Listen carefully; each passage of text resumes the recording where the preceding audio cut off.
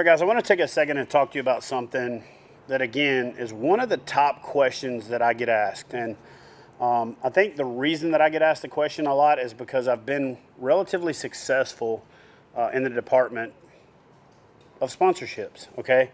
Part of the reason that I'm successful is I treat my sponsorships like a business, because they are. And I think that the reason a lot of folks aren't successful with sponsorships is they don't treat them like a business.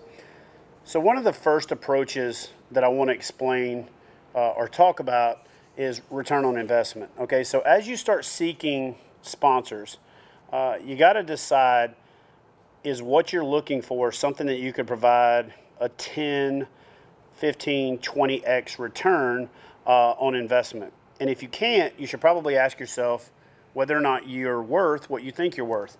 Take the value of the product, if you're just asking for product, which really in some cases is sponsorship, but in most cases, just providing the product is not a true sponsorship. Sponsorships come in when there's a check written. But, let's be honest, if the product is substantially expensive and it's given to you in exchange for promotion, then it's a sponsorship. If you buy the product at a discounted rate, that's really more of a pro deal than it is a sponsorship. So for the sake of this discussion, we're talking about sponsorships. Pro deals, you're buying the product from the company for about the same price, or maybe even a little less than what they sell it to retailers for, or what they sell it for, so you're covering a substantial amount of their cost. But I want to talk to you about the concept of sponsorships. I want to talk to you about your approach to going after sponsors. So if you're not interested in sponsorships, then this video may not be for you. But if you are, or even if you're not, it's probably worth a listen. Everybody asks me, how do I go about getting sponsors? Nobody ever asks me, how do I get a sponsor? Which is kind of weird, because you don't generally try to do a bunch of something before you do one of something. And so my advice to anybody seeking sponsorships would be to find one sponsor first, okay? Find one sponsor, learn how to manage that return on investment, learn how to manage expectations, learn how to provide that company with a return on investment. And I would say before you look for a secondary sponsorship of any type, you should make at least one incremental improvement in your first sponsorship. So if you get a product sponsor, then you should take that product sponsor and turn it into a paying sponsor. If you get a pro deal, you should turn that into a product sponsorship before you go looking for that same thing from other companies.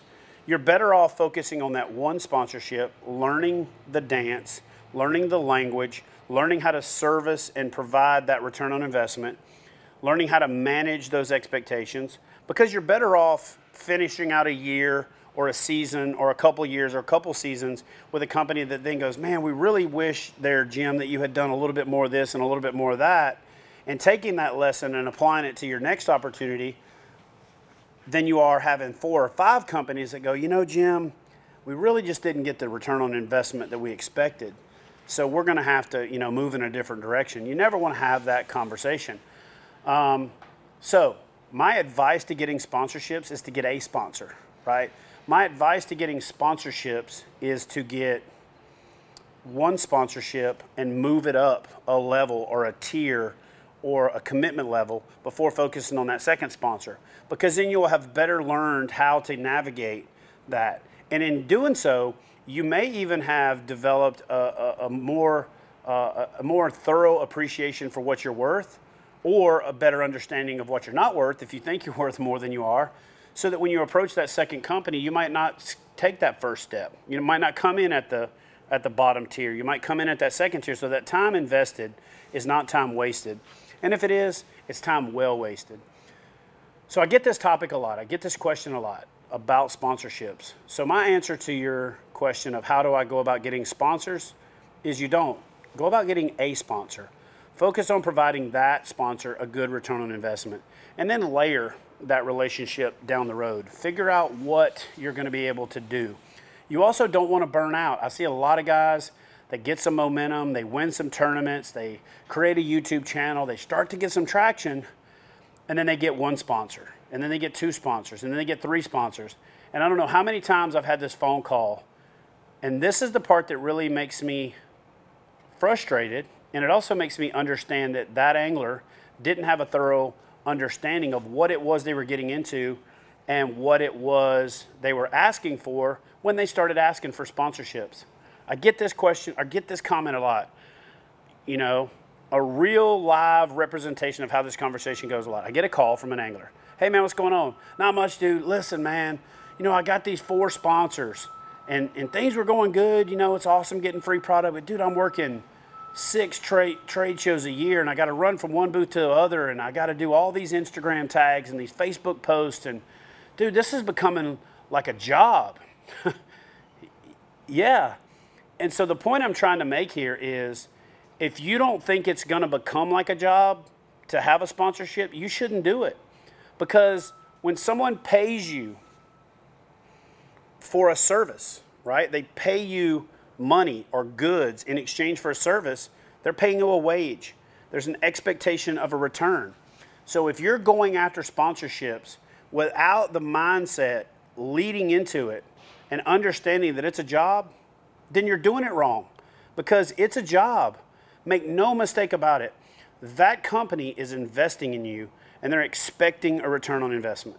If you can't provide them that return on investment, then that relationship's not going to last. And if it's not going to last, it really doesn't do you any good to start it. So I'm not trying to discourage anybody from pursuing sponsorships.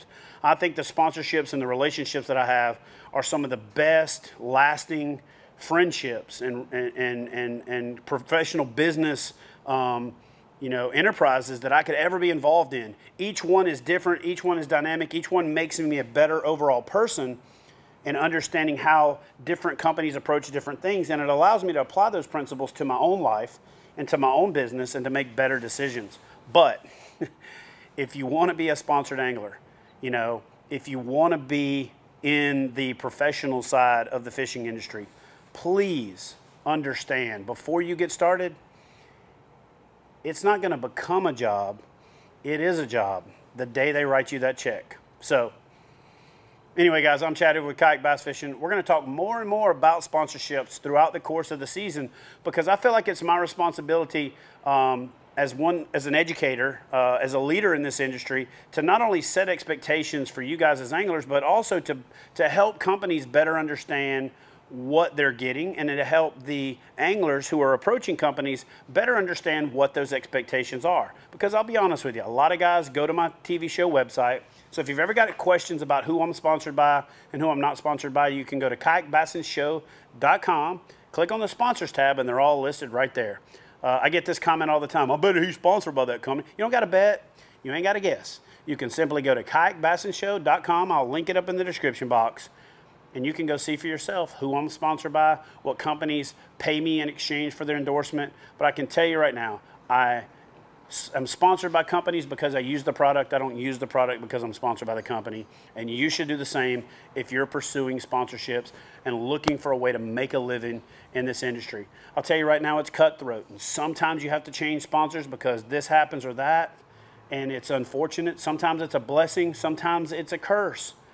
But the true reality of sponsorships and the process and entering into that part of the industry is understand it's a job. Don't think of it like, man, this is becoming a job. You should have thought of that before you took it because what you took was a job. So anyway, it's rewarding, it's exciting, it's fun, it's great to get your fishing gear given to you in a lot of cases. But a lot of times if you counted up the hours, if you counted up the time, and you applied that to whatever your real profession is, you probably could just buy it a lot cheaper than getting it for free. So anyway, make that distinction before you decide to pursue them. But if you do decide to pursue sponsors, start with a sponsor. Anyway, love you guys. I'll see you next time.